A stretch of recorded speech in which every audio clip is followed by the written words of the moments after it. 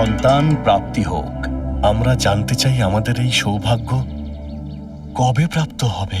ভগবান ভোলানাথকে প্রসন্ন করার জন্য অঞ্জনাকে 12 বছর পর্যন্ত কঠিন তপস্যা করতে হবে।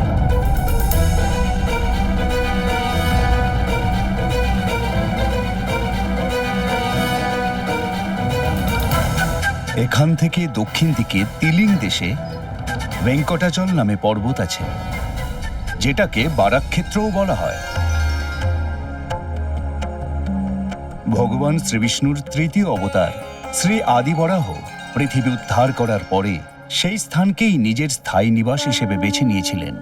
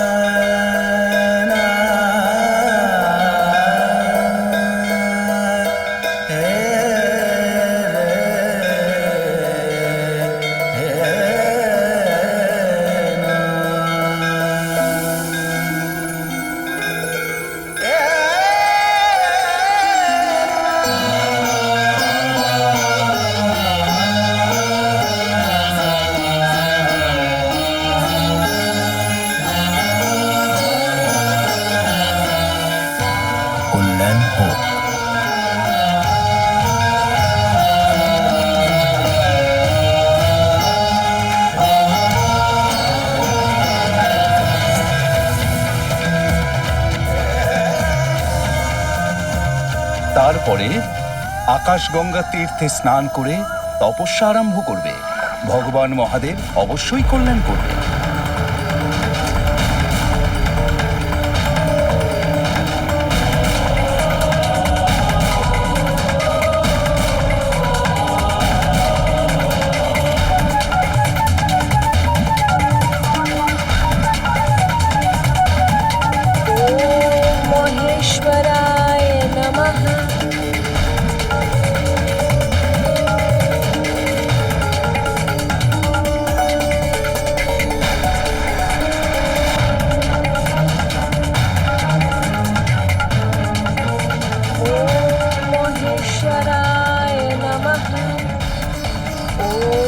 पशुपते नमः।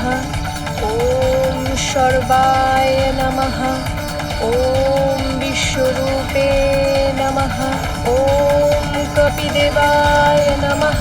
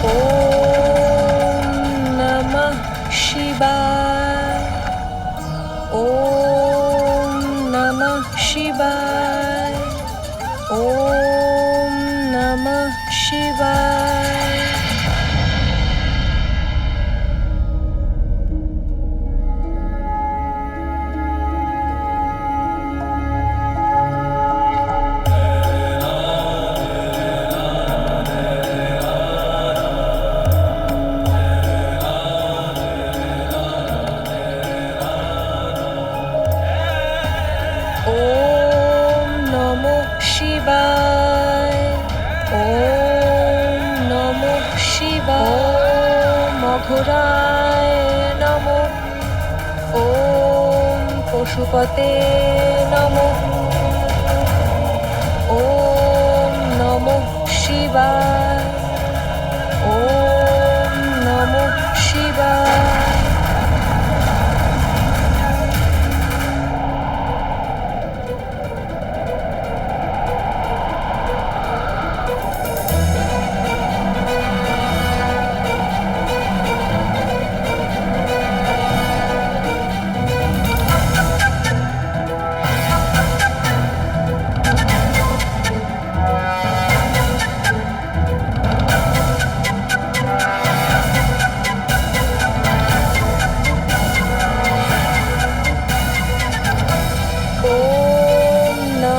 শিবায়। ওম নমঃ শিবায়।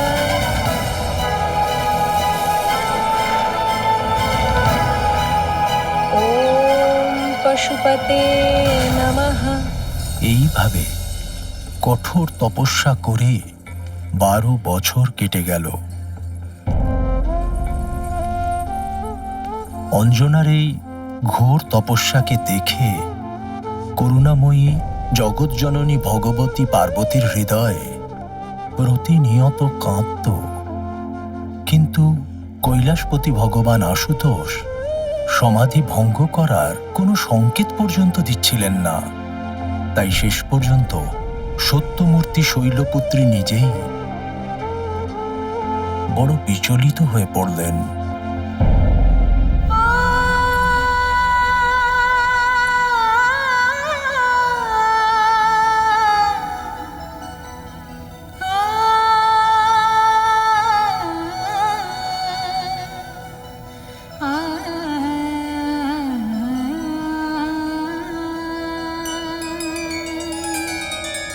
হে শশীশেখর, একবার চোখ খুলুন। অঞ্জনার তপস্যায় সকল ভুবন কম্পিত হয়ে উঠেছে। হে দীননাথ, আপনি তো আশুতোষ। নিজের ভক্তের প্রতি দ্রুত প্রসন্ন হয়ে যান। তাহলে অঞ্জনার ঘোর তপস্যা তো 12 বছর কেটে গেছে প্রভু। আপনি কবে প্রসন্ন হবেন? ওই দিনের প্রাণ সংকটে আছে দীনবন্ধু, দয়া করুন। আপনার অংশের অবতারের সময়ও নিকটে এসে গেছে। এবার তো চোখ খুলুন স্বামী, আর ওকে ওর তপস্যার ফল দিন। চোখ খুলুন স্বামী, আর ওকে ওর তপস্যার ফল দিন।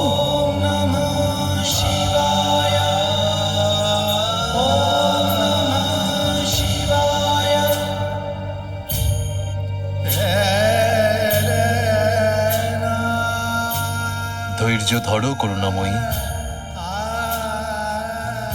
এখনো পরীক্ষা শেষ হয়নি।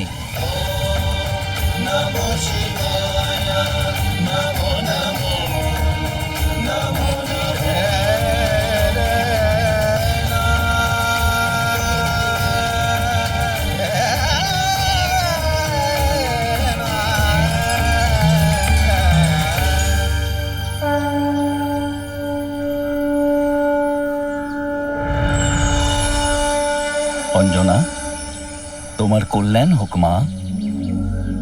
তোমার তপস্যা পূর্ণ হয়েছে। চোখ খোলো মা।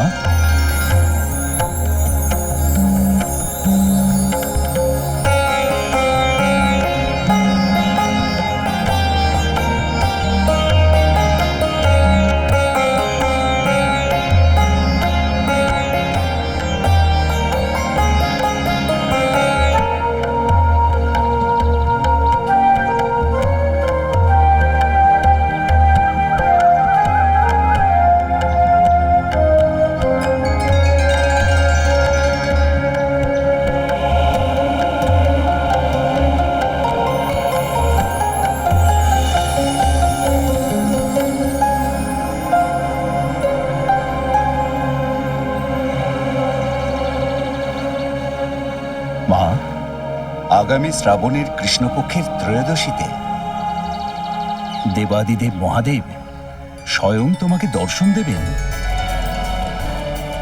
আর তুমি আশীর্বাদ প্রাপ্ত হবে।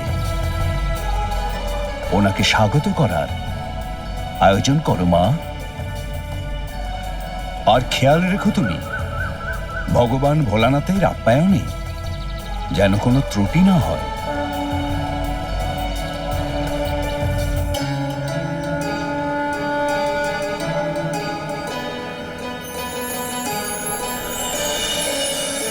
যখন ব্রহ্মার 100 দিব্য বছরের আয়ু পূর্ণ হয়ে যায়, তখন আমি প্রলয়কালীন তেজময় সূর্য হয়ে নিজের প্রচণ্ড কিরণে সমুদ্র, পৃথিবী আর প্রাণীকুলের শরীর থেকে সমস্ত জল শোষণ করি। যখন সমস্ত ব্রহ্মাণ্ড দাহিত হয়, তখন আমি প্রলয়কালীন মেঘের রূপে হাজার হাজার বছর প্রবল আর তীব্র ধারায় এই বিরাট ব্রহ্মাণ্ডকে জলমগ্ন করে দিই। তখন পৃথিবী জলে বিলীন হয়ে যায়, জল তেজে, তেজ বায়ুতে, বায়ু আকাশে, আর আকাশ অহমে মিশে যায়। অহম মহাতত্ত্বে, আর মহাতত্ত্ব মূল প্রকৃতিতে বিলীন হয়ে যায়। ওই অবস্থায় যখন সমস্ত জীব আর দেবতাদের সঙ্গে বেদ আর ব্রহ্মাও আমার মধ্যে মিশে যায়, তখন এই সৃষ্টি ওই প্রাকৃতিক প্রলয়ে বিনাশ প্রাপ্ত হয়। তারপরে আবার নবীন সৃষ্টির সময় আমি সৃষ্টির সকল তত্ত্বের একতার দ্বারা এক বিরাট শরীরের সূচনা করি। ওই বিরাট শরীরের নাভি থেকে নবীন ব্রহ্মা প্রকট হন।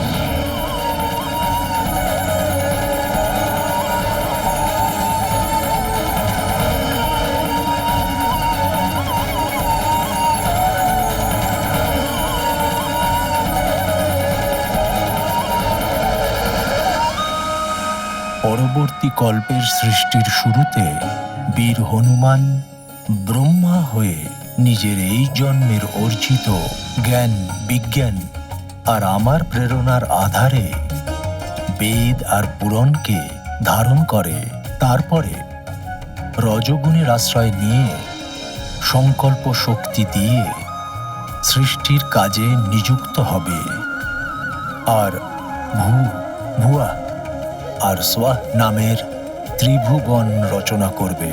আর তারপর প্রজাপতিদের মাধ্যমে বৃক্ষ, পশু পাখি আর মানুষের সৃষ্টির সঙ্গে সঙ্গে দেবতা, পিতৃপুরুষ, অসুর, গন্ধর্ব, অপ্সরার মতো জীব আর দেবতাও সৃষ্টি করবে।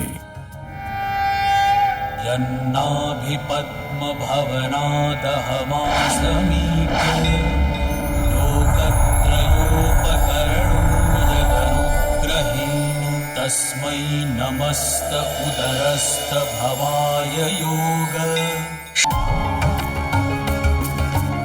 নিজের আরাধ্য শ্রীরামের গুণগান আর তার সেবার থেকে বেশি মহাবলী হনুমানের হৃদয়ে আর কোনো অভিলাষ নেই। তার কাছে এই গোটা সংসার শ্রীরামময়। সে তুড়ি দিয়ে নিজের প্রভুর আলস্য দূর করুক কিংবা ব্রহ্মা হয়ে সৃষ্টি করুক, সবকিছুই তার জন্য রামের সেবা করাই। नैव मे दृशमनुस्पृशत्स्त भवाय योग। निद्रावसान विकसन्नलिनेक्षणाय सोऽयं समस्त जगतां सुहृदेकयात्मा सत्त्वेन यन्मृळयते भगवान् भगेन। হনুমানের এত কাহিনী শুনে আমার মনে ওনার বাল্যলীলা শোনার চাহিদা আরো বেড়ে গেছে। কিন্তু প্রভু, তার আগে ওনার জন্ম কথা তো পূর্ণ করুন। ভগবান ভোলানাথ কবে আর কি করে অঞ্জনাকে আশীর্বাদ দিয়ে ওনার মনস্কামনা পূরণ করলেন, একটু বিস্তারিতভাবে বলুন না প্রভু। হ্যাঁ শ্যাম সুন্দর, মহাদেব মাতা পার্বতীকে বলেছিলেন যে তিনি আরো একটা পরীক্ষা নিতে চান। তারপর কি হলো?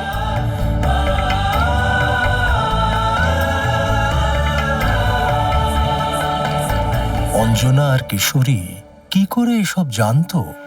তারা তো ভগবান নন্দীশ্বরের আপ্যায়নের আয়োজন করে তার জন্য প্রতীক্ষা করছিল। তারপর শ্রাবণ মাসের কৃষ্ণপক্ষের ত্রয়োদশীর মঙ্গলময় দিন সমাগত হলো।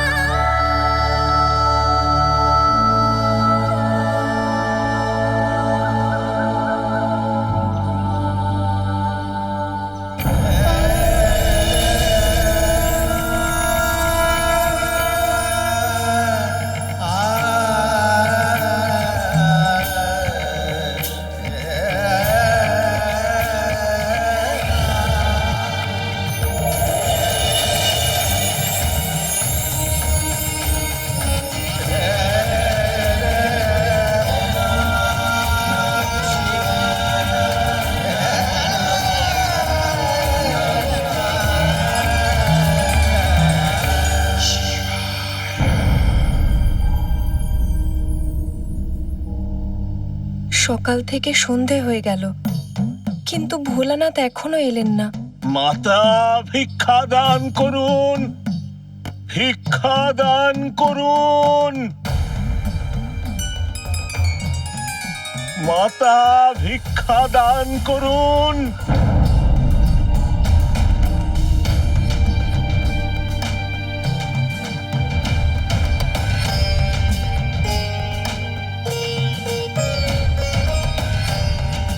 মাতা ভিক্ষা দিন।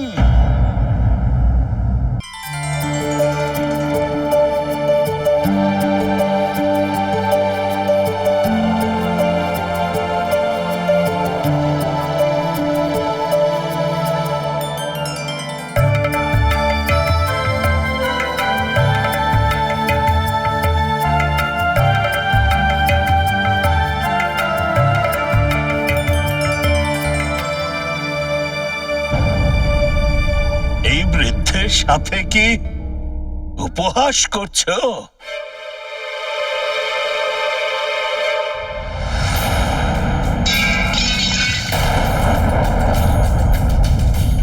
আমার অর্ধেক দাঁত ভেঙে গেছে, অর্ধেক দাঁত নষ্ট হয়ে গেছে। আমাকে রসালো মিষ্টি খাওয়াও। রসালো মিষ্টি? এমন না জানার ভান করে নাটক করো না।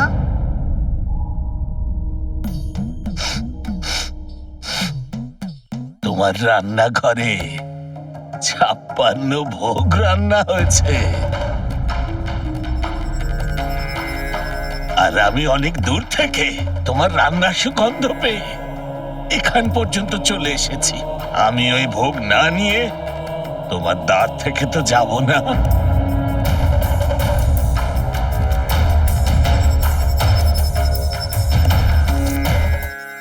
ক্ষমা করবেন বাবা, আজ আমাদের বাড়িতে একজন বিশেষ অতিথি আসার কথা আছে, আর এই আয়োজন ওনাকে স্বাগত জানানোর জন্যই করা হয়েছে। তুমি বলছো যে আমি অতিথি নই? আমি বৃদ্ধ, দরিদ্র, কুৎসিত, সেই জন্যে? সে অতিথি হয় না যাকে নেমন্তন্ন করে ডাকা হয়। অতিথি সেই হয় যে না ডাকলেও বাড়িতে চলে আসে। না না বাবা, আমার কথার অর্থ হলো যে এই আয়োজন আমাদের ইষ্ট নয়, তোমাদের অনিষ্ট হবে। আমার মতন বুড়ো গরিব ক্ষুধার্তকে ভোজন না করালে কোনো ইষ্ট প্রসন্ন হবে না। বলো, খাওয়াবে নাকি 56 ভোগ? তাহলে আমি চলে যাই।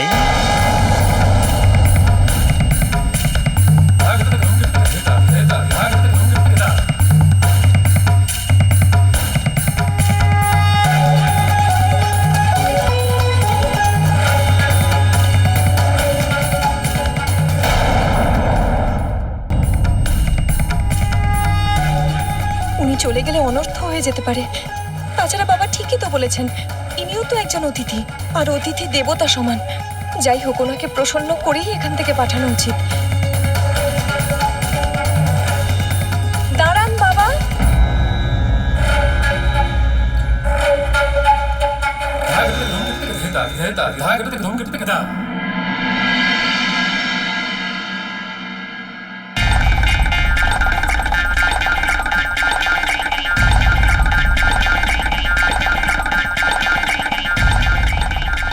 বাবা আগে হাত ধুয়ে নিন অন্তত। হাত কি ধোবো? আমি তো কোনোদিন মুখই ধুই না। যাও, খাবার নিয়ে এসো। আসুন, আপনি এখানে বসুন।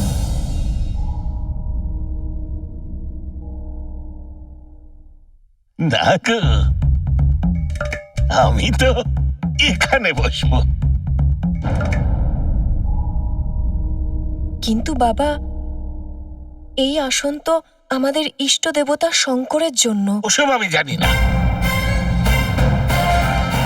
আমি তো এখানেই বসবো।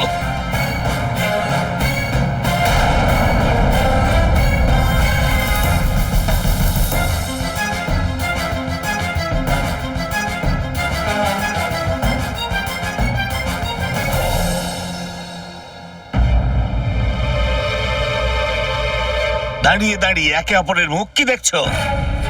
যাও, আমার জন্য খাবার পরিবেশন করো।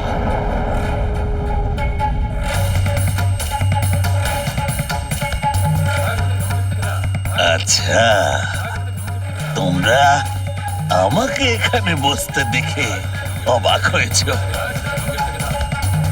আমার তোমাদের এই হাবভাব একটুও ভালো লাগছে না। যদি এমনই কাঁদো কাঁদো মুখ করে আমাকে ভোজন করাও, তাহলে আমি সত্যি বলছি, আমি একটা দানাও ছোঁবো না। না খেয়ে আমি চলে যাব। না না বাবা, এমন অনর্থ করবেন না। আপনি আপনি বসুন, আমি আপনাকে খাবার পরিবেশন করছি।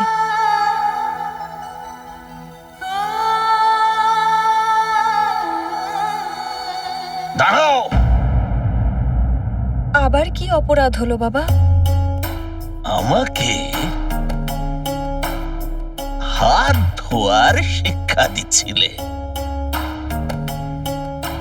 আর নিজেই হাত না ধুয়ে আমার খাবার পরিবেশন করছো। কিন্তু বাবা, আমার হাত তো শুদ্ধ। আর তাছাড়া আপনি তো কার সাথে কার তুলনা করছো? আমি তো হলাম ভিখারি, আর তুমি তো গৃহস্থ। তোমার তো শুদ্ধ আর অশুদ্ধের বিচার করা উচিত। যাও, ময়লা হাত ধুয়ে এসো।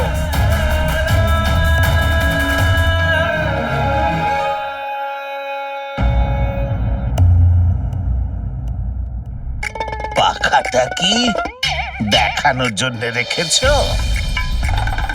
হাতে কি জোর নেই নাকি?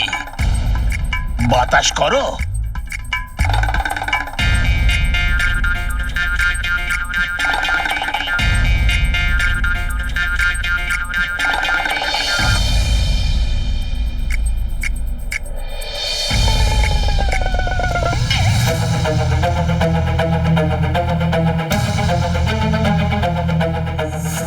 বাবা, ভোজন আরম্ভ করুন।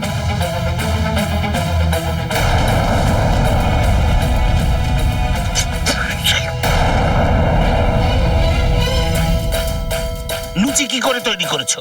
অর্ধেক কাঁচা, অর্ধেক জ্বলে গেছে। ছি!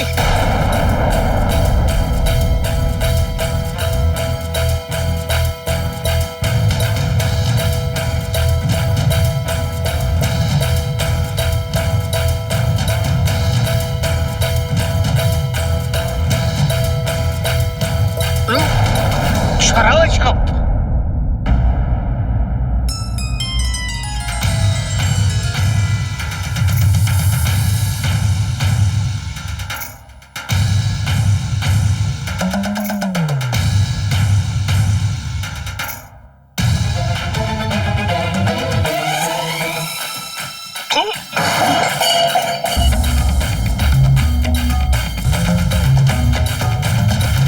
অনেক আশা নিয়ে তোমাদের দরজায় এসেছিলাম যে অনেক বছর পরে একটু সুস্বাদু কিছু খেতে পারবো।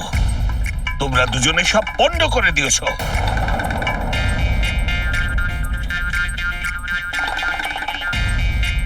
তবুও ভালোই হয়েছে, আমি তোমাদের আপ্যায়ন স্বীকার করে নিয়েছি। ক্ষুধার্তের পেট ভরলে তোমাদেরও কিছু পুণ্য হবে, নয়তো ওই অঘোরহরি জটাজুদ্ধারী শঙ্করের সেবা করে তোমরা কিচ্ছু পেতে না। ছাই মেখে, গলাতে নাগমালা জড়িয়ে, ভয়ঙ্কর রূপ ধারণ করে শ্মশানে বসে থাকলেই কেউ ভগবান হয়ে যায় না।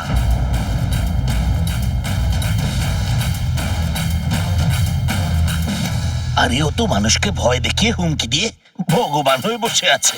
ইষ্ট করার থাকলে আমায় জিজ্ঞাসা করো, আমি তোমাদের বলছি কোন ভগবান তোমাদের মনস্কামনা পূর্ণ করবে। ব্যাস থামুন বাবা।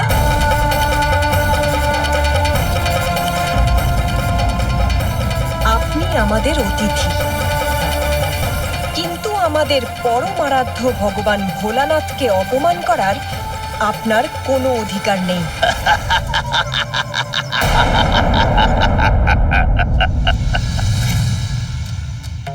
এতে অপমানের কি আছে মা? যেটা সত্য সেটা সর্বদাই সত্য। শঙ্কর কি শ্মশানে থাকে না? সে কি ছাই মেখে ঘুরে বেড়ায় না? সে কি জটাজুটধারী অঘরী নয়? হ্যাঁ, উনি শ্মশানে থাকেন আর ছাইও গায়ে মাখেন, কিন্তু যখন নিজের মানুষ পাশে থাকে না, ওই শ্মশানে থেকে উনি জীবদের আশ্রয় দেন আর ছাই মাখেন ওদের জীবনের ব্যর্থতার উপদেশ দেওয়ার জন্য। আর যে জটার আপনি এত অপমান করছেন না, এটা ভুলবেন না যে ওই জটাতে মা গঙ্গাও বসবাস করেন। ওই জটার মহিমা হলো যে মা গঙ্গা সকল জীবের জন্য কল্যাণকারী রূপে থাকেন। না হলে যে প্রচন্ড বেগে উনি স্বর্গ থেকে নেমেছিলেন, যদি ভগবান জটাশঙ্কর তাকে জটাতে না ঘিরে রাখতেন, তাহলে ওনার প্রচন্ড স্রোতে সবকিছু নষ্ট হয়ে যেত। আর অঘরী, অঘরীর অর্থ বোঝেন আপনি? ঘোরের অর্থ হলো নিষ্ঠুর, আর অঘোর অর্থাৎ যার মধ্যে কোনো নিষ্ঠুরতা থাকে না, যিনি ঘোর পাপীকেও করুণা দৃষ্টি দিয়ে দেখেন। এমনই হলেন আমার ভগবান ভোলা শঙ্কর।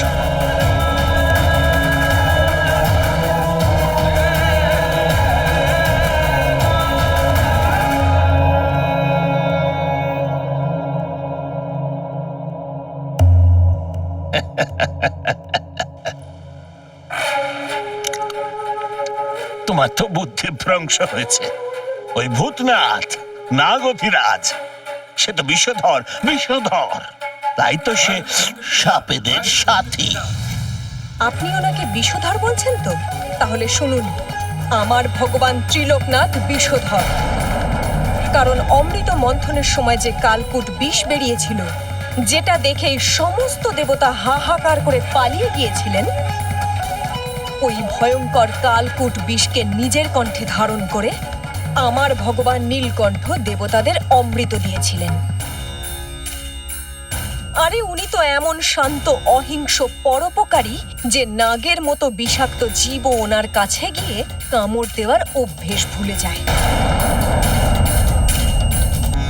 তোমার মতন অন্ধভক্ত। ব্যাস, আপনি যদি আমার ভগবান ভোলা শঙ্করের বিরুদ্ধে আর একটাও কথা বলেন, তাহলে তাহলে কি করবে অঞ্জনা?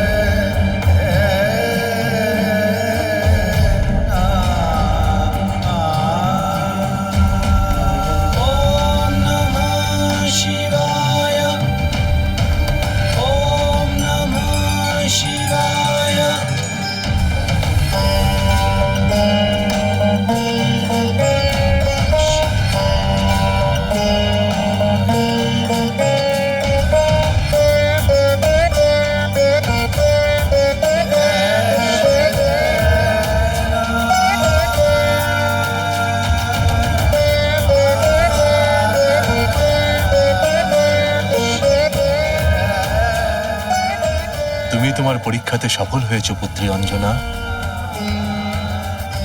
আমি তোমার ভক্তি আর তপস্যায় খুবই প্রসন্ন। তোমার মনস্কামনা পূর্ণ হবার সময় এসে গেছে। দ্রুত বায়ুদেবের মাধ্যমে তুমি আমার প্রসাদ পেয়ে যাবে।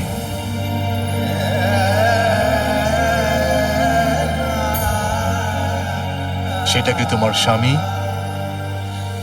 বীর কেশরীর হাত থেকে গ্রহণ করবে।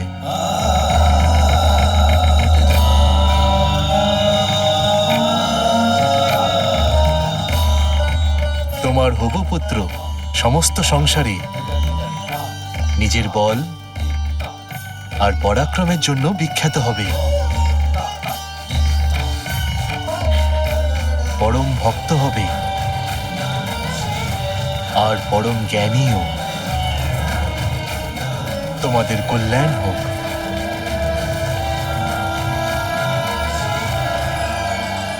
ভগবান ভোলানাথ ভালোই লীলা করলেন অঞ্জনার সাথে। কিন্তু ওনার বারংবার উত্তেজিত করার পরেও অঞ্জনা নিজের ধৈর্য হারায়নি। নিশ্চিত রূপে এটা ওর তপস্যারই ফল ছিল যে ও ভগবান শূলপাণির পরীক্ষায় উত্তীর্ণ হয়েছিল। বেদে গৃহস্থের জন্য 5 প্রকারের যে নিত্যযজ্ঞের উল্লেখ আছে, তার মধ্যে ব্রহ্মযজ্ঞ, দেবযজ্ঞ, পিতৃযজ্ঞ আর ভূতযজ্ঞের সঙ্গে অতিথি সৎকারের মাধ্যমে মনুষ্যযজ্ঞ প্রতিদিন করার আদেশ দেওয়া হয়েছে। যে গৃহদ্বার থেকে অতিথি অসন্তুষ্ট হয়ে ফিরে যায়, সেই গৃহে সমৃদ্ধি থাকে না। আর যেখানে সম্মানের সঙ্গে অতিথিকে তৃপ্ত করা হয়, সেখানে সুখ আর সমৃদ্ধি সব সময় বিরাজ করে। আর যে এটা জানে, সে অঞ্জনার মতো অতিথি আপ্যায়নে কোনো ভুল করে না। প্রতিটি প্রাণীর দ্বারেই তার ভগবান অতিথি রূপে একবার অবশ্যই যান। আর যথোপযুক্ত সম্মান করলে সেই পরিবারের 7 পুরুষ দারিদ্র্যের মুখও দেখে না। তাহলে মহাদেব পবনদেবের মাধ্যমে কেমন প্রসাদ পাঠালেন? হে পবনদেব, আমি আপনাকে আহ্বান করছি ঋষি কল্যাণের প্রয়োজনের জন্য।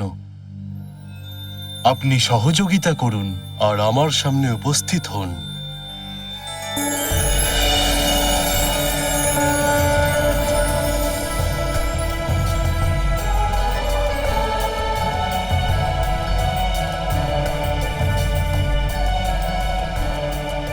জগৎ জননী মাতা পার্বতী আর জগৎগুরু ভগবান ভূপতির জয় হোক।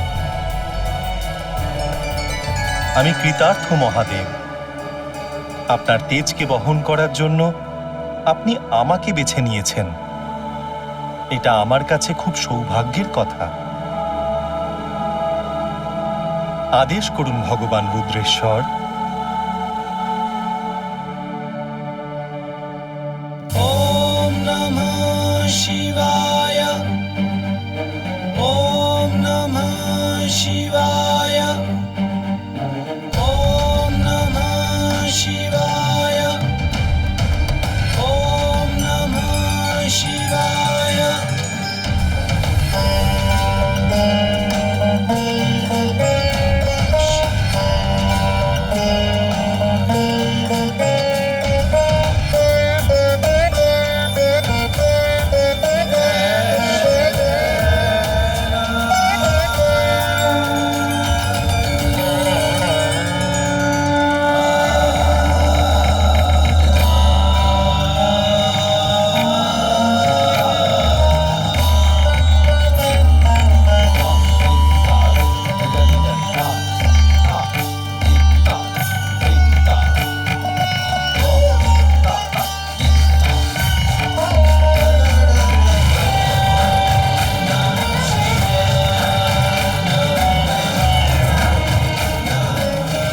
আপনি জানেন এরপরে আপনাকে কি করতে হবে। তথাস্তু।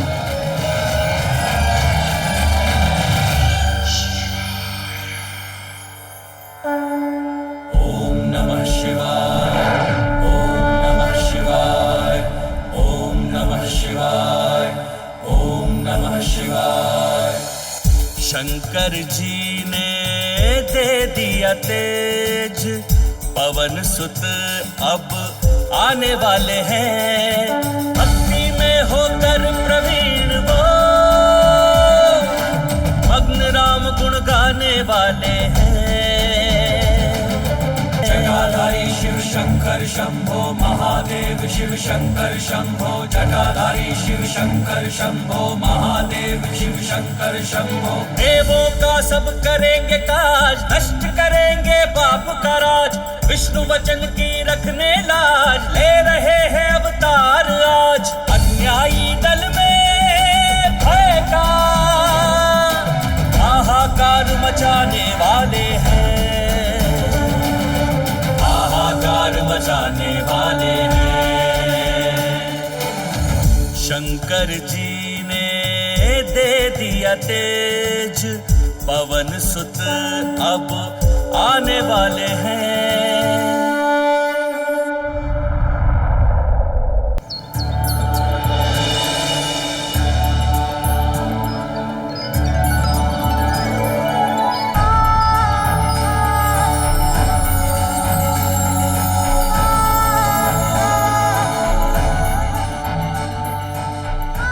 স্বামী,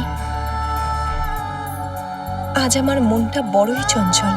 মনে হচ্ছে যেন অলৌকিক কিছু ঘটতে চলেছে। তুমি ঠিক বলেছ প্রিয়তমা, আমার হৃদয়ও একটা বিচিত্র আনন্দে ভরে উঠেছে। আর চারিদিকে দেখো, এই সকল প্রকৃতি উল্লাসে মুখরিত হচ্ছে।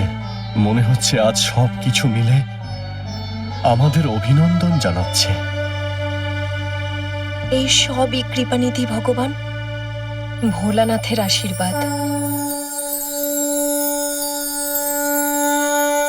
दीन जन की करेंगे रक्षा वज्र बनेगी सूर्य की कक्षा भगत जगत के लेंगे शिक्षा बल विद्या की देंगे भिक्षा बलिदान प्रेम में रखेंगे नव आदर्श बनाने वाले हैं नव आदर्श बनाने वाले हैं शंकर जी ने दे दिया দেবী অঞ্জনা, বানররাজ কেশরী, আমি হলাম পবন দেব। ভূত ভবন ভগবান শঙ্কর আর মাতা ভবানীর সংবাদ নিয়ে আপনাদের কাছে এসেছি। ওনারা দুজনে আপনার শ্রদ্ধা আর তপস্যাতে অতি প্রসন্ন হয়েছেন আর ওনারা নিজের আশীর্বাদ স্বরূপ এই প্রসাদ পাঠিয়েছেন। হে বানররাজ, দেবী অঞ্জনার জন্য এই ফলকে আপনি গ্রহণ করুন। ओम नमः शिवाय ओम नमः शिवाय ओम नमः शिवाय ओम नमः शिवाय ओम नमः शिवाय ओम नमः शिवाय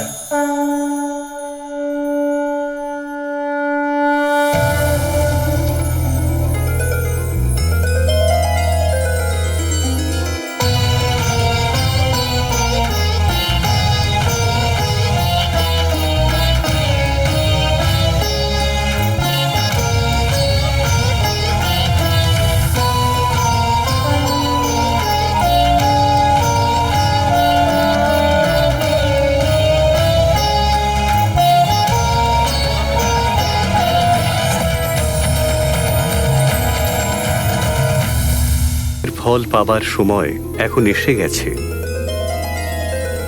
আপনারা শীঘ্রই সন্তান লাভ করবেন।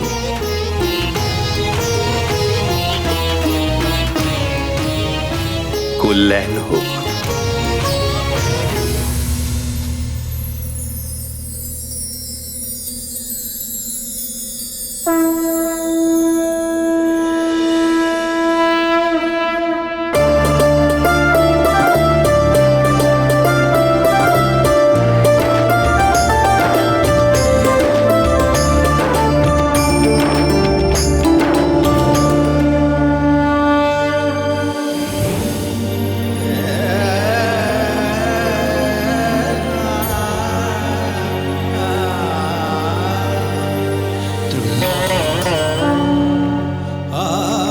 শীঘ্রই বায়ুদেব দ্বারা তুমি আমার প্রসাদ পাবে, সেটা তোমার স্বামী বীর কেশরীর হাত থেকে গ্রহণ করবে।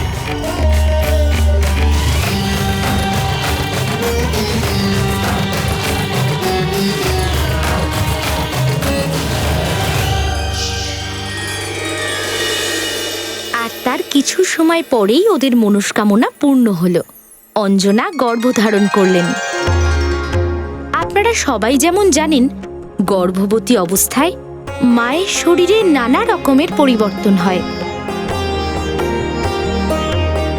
আর নানা ধরনের কষ্ট আর কঠিন পরিস্থিতির মুখোমুখি হতে হয়।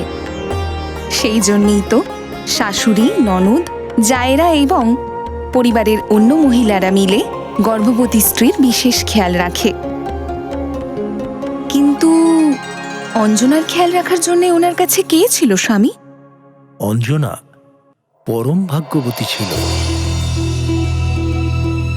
কারণ তাকে সাহায্য করার জন্য আমার বোন পরম মাতা জগদম্বা বিন্ধ্যবাসিনী স্বয়ং তৎপর ছিলেন। পুত্র নন্দী, দেখো আমি একটা গুরুত্বপূর্ণ কাজে যাচ্ছি। তুমি এখানে থেকেই আমার স্বামীকে সেবা করবে। উনি যখন তপস্যা ভঙ্গ করে আসবেন তখন ওনার যা যা লাগবে আমি ব্যবস্থা করে রেখেছি। আপনি একদম নিশ্চিন্ত হয়ে যেতে পারেন মা।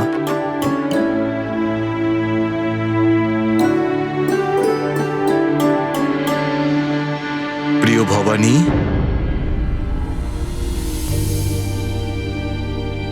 বলুন স্বামী।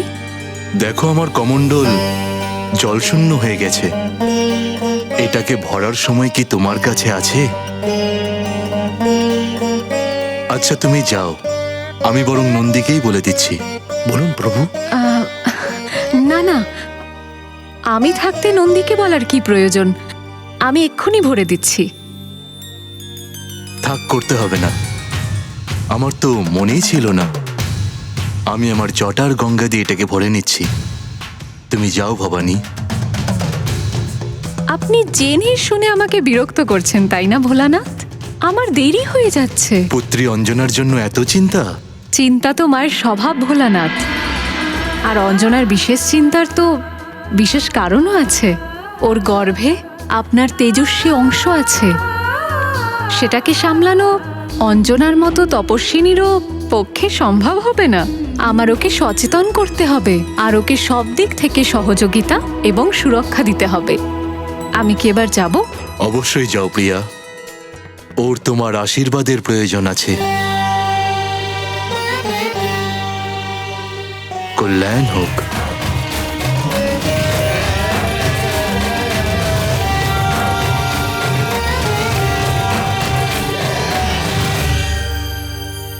শঙ্কর ভগবানও আপনার মতোই দুষ্টু, সেটা জানতাম না।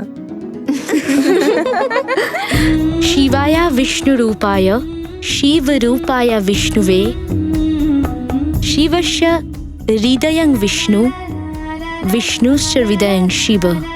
অর্থাৎ আমাদের শ্যামসুন্দর আর কর্পূর গৌরব ভগবান শঙ্করের মধ্যে কোনো অন্তর নেই। মা জগদম্বা এত চিন্তা করেন, সেটা আমার জানা ছিল না। ভয় বিনা প্রেম হয় না, আর যেখানে প্রেম সেখানে ভয় আর চিন্তা নিজেই দেখা দেয়। আর যখন সাধারণ মাতারা নিজেদের সন্তানকে এত ভালোবাসে, তাহলে সকল সংসারে যিনি সমস্ত প্রাণীর মা, তার ভালোবাসার আর করুণার কোনো সীমা কি থাকতে পারে? ওনার ভালোবাসা সর্বদাই অপার।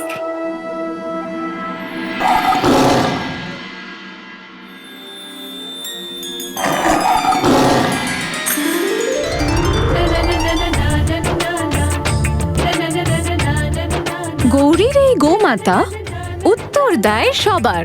জিজ্ঞাসা করো সেই প্রশ্ন, মনে আছে যা তোমার?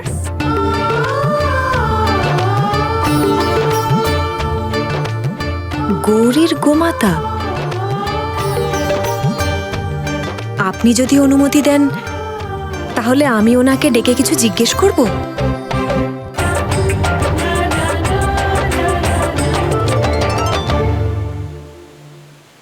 আপনাকে মহারানী ডাকছেন।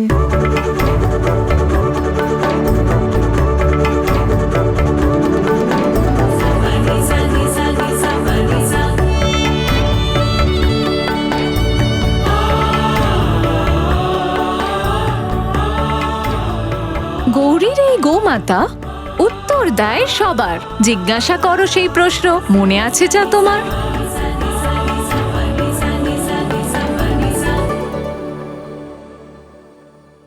আমার হবু সন্তান কেমন হবে?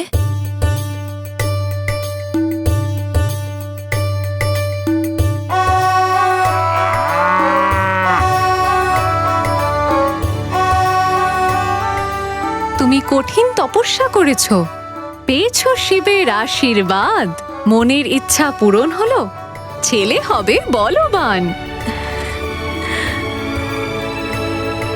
পুত্র হবে চঞ্চল দুষ্টু, জ্ঞানী আর খুবই গুণবান। বলছে গৌরীর গোমাতা এই, মা যাতে রাখে বিশেষ খেয়াল। বিশেষ খেয়াল? এমন কি হতে পারে? আমার সন্তানের কোনো অনিষ্ট হবে না তো? চিন্তা করিস না পুত্রী, এই জন্যই তো আমি এসেছি।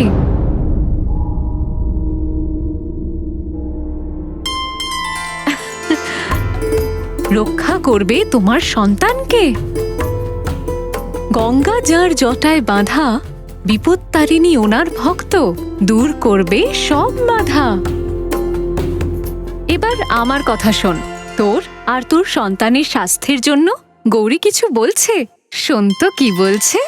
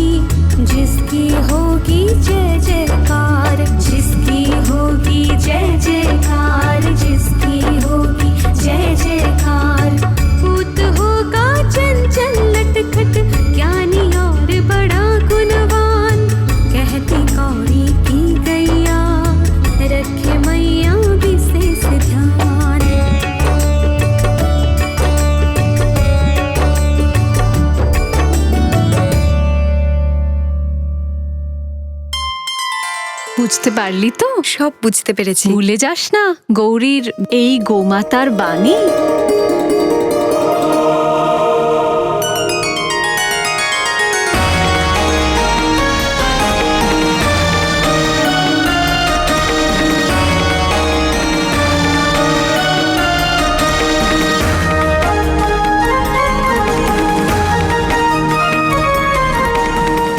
রক্ষা করবে তোমার সন্তানকে। গঙ্গা যার জটায় বাঁধা, বিপত্তারিণী ওনার ভক্ত, দূর করবে সব বাধা।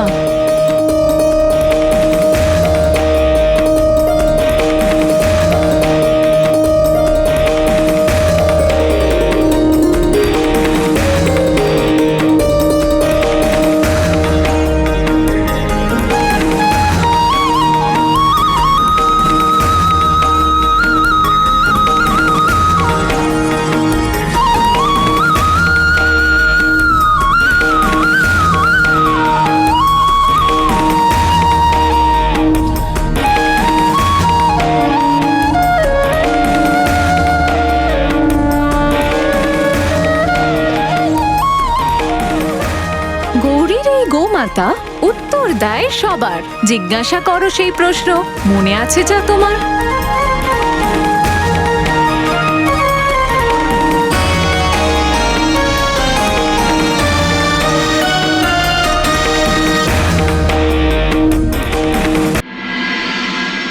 অম্বিকের সব নির্দেশ অঞ্জনা মাথা নত করে পালন করেছে নিশ্চয়ই।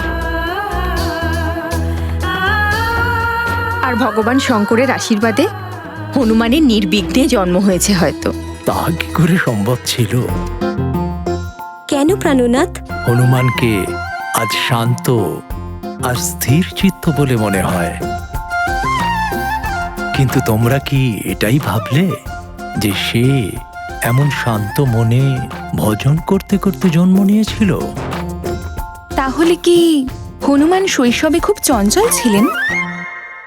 শুধু শৈশব কেন, উনি তো নিজের লীলা গর্ভকালীন সময় থেকেই আরম্ভ করে দিয়েছিলেন।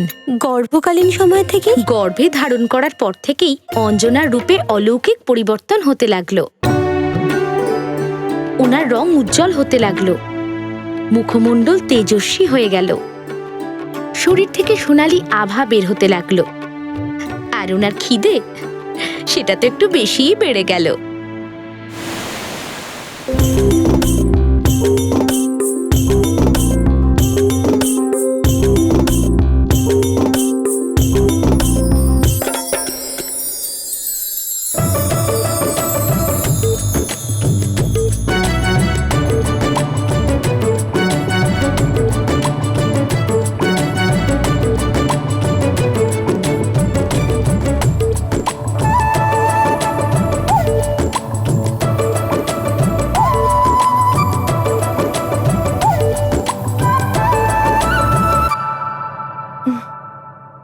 আম। স্বামী, আমার এখন আম খেতে ইচ্ছে করছে। এত কিছু খাওয়ার পরেও তোমার পেট ভরেনি? মানে আমি বলতে চাইছি যে এই ঋতুতে আমি আম আনবো কোথা থেকে প্রিয়তমা? আম তো গ্রীষ্মকালে পাওয়া যায়। তাহলে আপনি আমাকে আমের বাগানে নিয়ে যাবেন? আমি আমের গাছ দেখেই সন্তুষ্ট হয়ে যাব। তোমার যেমন ইচ্ছে প্রিয়তমা।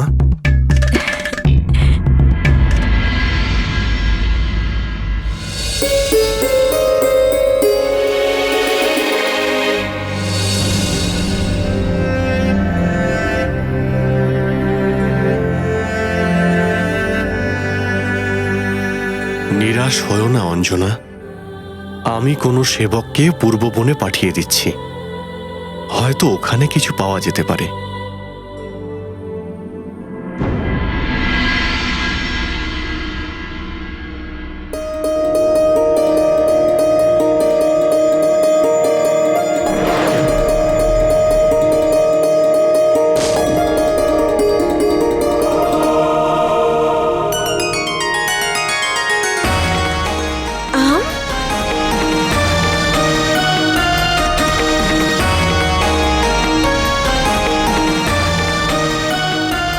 স্বামী, এই দেখুন আম।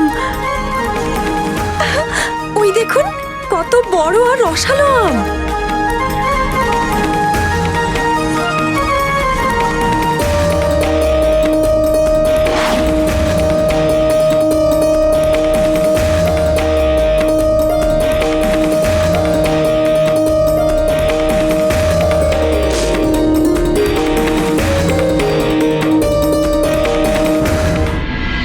এটা নয়, ওদিকে দেখুন, ওপরে ডালে, আপনার ডান দিকে।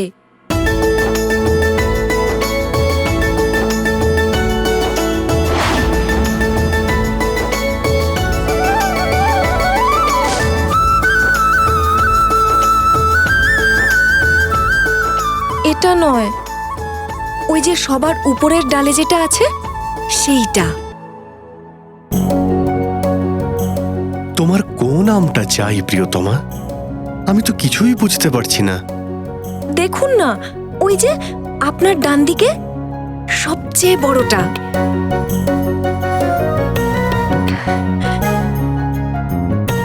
আমি দেখাচ্ছি।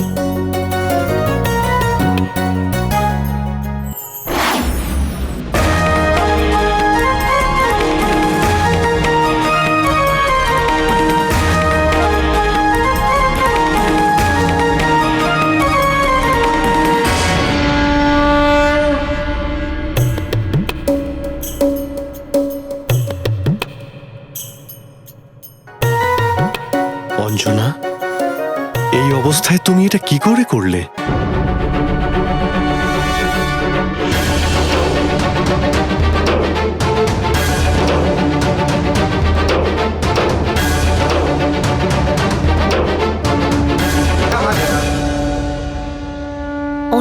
ওনার ভিতরে একটা অসাধারণ শক্তির বিকাশ হতে শুরু করলো, যেটা দেখে স্বয়ং বীর কেশরীও অবাক হয়ে যান।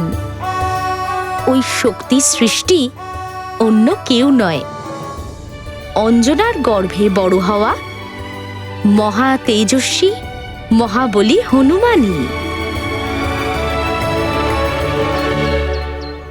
কাল রাতে একটা বিচিত্র অনুভব হলো। আমার মনে হলো যেন আপনার সন্তান গর্ভে হাঁটাচলা করছে। এক মুহূর্তের জন্য তো আমি ঘাবড়েই গিয়েছিলাম। পঞ্চম মাসে প্রত্যেক গর্ভবতী মায়ের এমনই অনুভব হয় প্রিয়তমা। হ্যাঁ, আর এটা বুঝতে পেরেই আমার মন আনন্দে ভরে গেল। আরে দেখুন, আবার হাঁটাচলা করছে আপনার সঙ্গে কথা বলতে বলতে।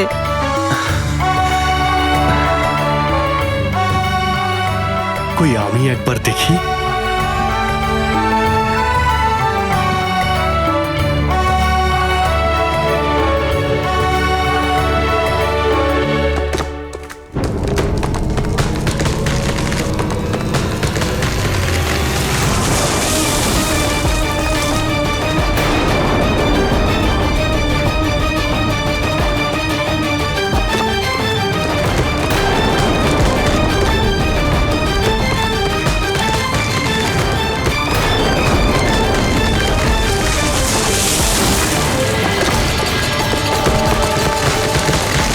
অঞ্জনা,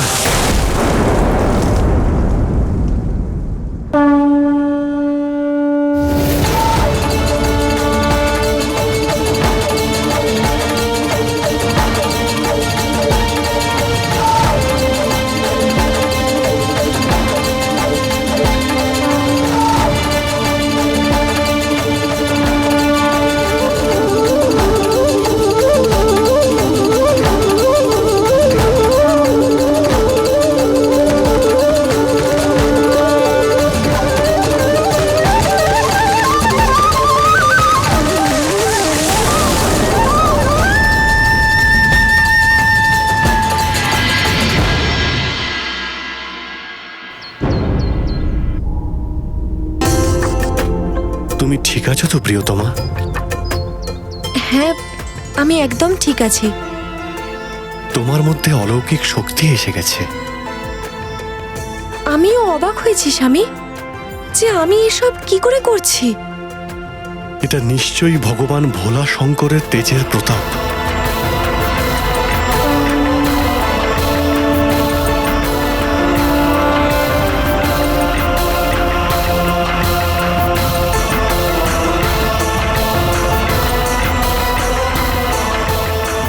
জয় গৌরী শঙ্কর। জয় গৌরী শঙ্কর।